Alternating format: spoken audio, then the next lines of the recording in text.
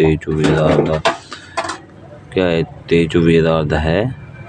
ऐसी कंपनियां ने पूछते ही नहीं है। अस्सलाम वालेकुम रहमतुल्लाहि व बरकातहू। सारे भाइयों ने क्या हाल है?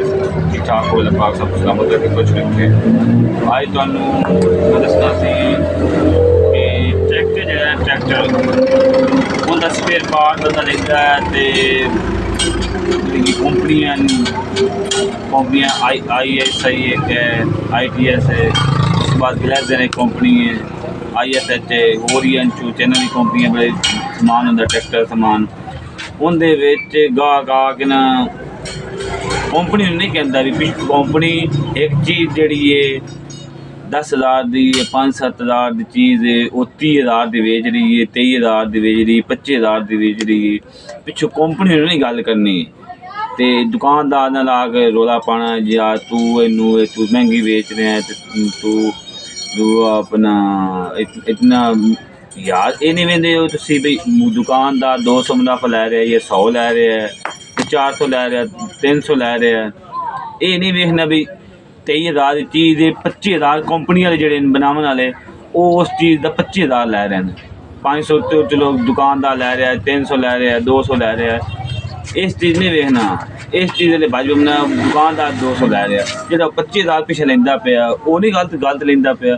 चीज़ तो वेखो 25,000 की चीज़ है कि नहीं है।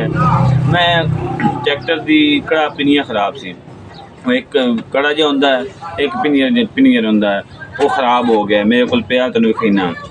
तो तुसी वेख्या करो कंपनी ने पिछले कंप्लेन करो, कंपनी के उत्ते ईमेल है उन्हें ते मैसेज करो कंपनी वाले भी 25,000 की चीज़ तुसी क्यों बेच रहे हो, ये है ही नहीं 25,000 की।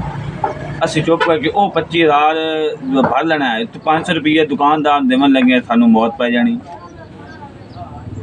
मैं गल करना तुहानू कि तुसी कंपनी वाले नहीं आखो ना उस्ताद जी, या कंपनी वाले फोन करो जी मैनेजर साहब या ये साहब फलान साहब कंपनी किस चीज़ की बनाई हुई जी, इतनी महंगी चीज़ बेच रहे हो कंपनी हुकूमत को फोन करो, अपने इदारे कहो भी यह चीज़ महंगी हो बिक रही सारे मुल्क इन्हें सीधा किया जाए। ये गल ही नहीं करते हो, गूंगे बन जाते हो, क्यों बनते हो? ना बनो। एक चीज़ है ही नहीं 25,000 की। मैं तो निकल अपनी विखने 25,000 नहीं है, 25,000 का बना लाया कंपनी वाले असं लै लिया दुकानदार ने 200 लेने लगे सर हम रौला पाई अस्सी आओ तुम विखने मैं कड़ा अपनी विखने 25,000 है, 25,000 तो कंपनी के लिहाज ने लाया हुआ आओ तुम विखने कड़ा पिनी है ग्लेजर कंपनी है गोल्ड वाले का इन्हें की सोने का उन्हें पाया हुआ है जो 25,000 दे रहे हैं। ठीक है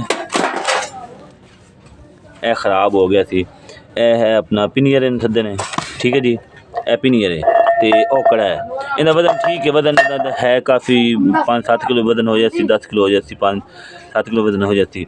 लेकिन एक कड़ा जड़ा है एक ही तुम कहते हो भी ये 25,000 होना चाहिए, 5-7 हज़ार 10,000 हो जाए ज़्यादा ज़्यादा।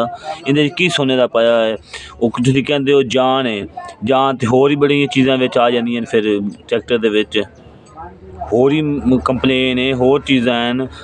ट्रैक्टर छोटी चीज़ भी ना हो, तेल ही ना हो ट्रैक्टर नहीं चलता, समझो। अगर ट्रैक्टर तेल नहीं है ट्रैक्टर चलेगा नहीं चलेगा।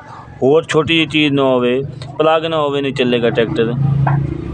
इस चीज़ ने कंपनी वाले ने कंप्लेन की करो। अल्लाह पाक सब सलामत रखे, खुश रखे।